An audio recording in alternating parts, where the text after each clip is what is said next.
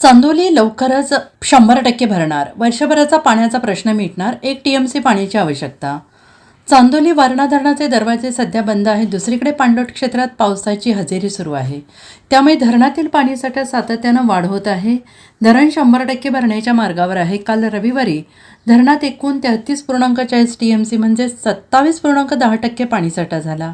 धरण 100% भरण्यास केवळ 1 TMC पाणीसाठा आवश्यक आहे. यातील उपयुक्त पाणीसाठा 26.52 TMC म्हणजे 96.38% पोहोचला आहे. धरणाची सध्याची पाणीपातळी 626.06 मीटर एवढी असून एकूण पाणीसाठा 945.98 दशलक्ष घनमीटर एवढा आहे.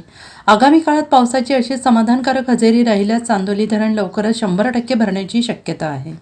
चांदोली परिसरात यंदाच्या पावसाळ्यात आत्तापर्यंत 2030 मिलीमीटर पावसाची नोंद झाली आहे. गेल्या 24 तासात 20 मिलीमीटर पाऊस झाला. पाणलोट क्षेत्रातून धरणात सध्या 5268 क्युसेक वेगानं पाण्याची आवक सुरू आहे. गतवर्षीच्या तुलनेत यंदा धरणातील उपयुक्त पाणीसाठ्यात वाढ झालेली आहे. गतवर्षी याच दिवशी धरणात 25.04 TMC म्हणजे 91% झालेलं आहे. त्यामुळे गतवर्षीच्या तुलनेत यंदा उपयुक्त पाणीसाठ्यात 1.48 TMCने वाढ झाली आहे. दरम्यान धरणातील वीज निर्मिती गृहातून सध्या 1400 क्युसेक पाण्याचा विसर्ग सुरू आहे. हे पाणी थेट नदीपात्रात सोडले जात आहे.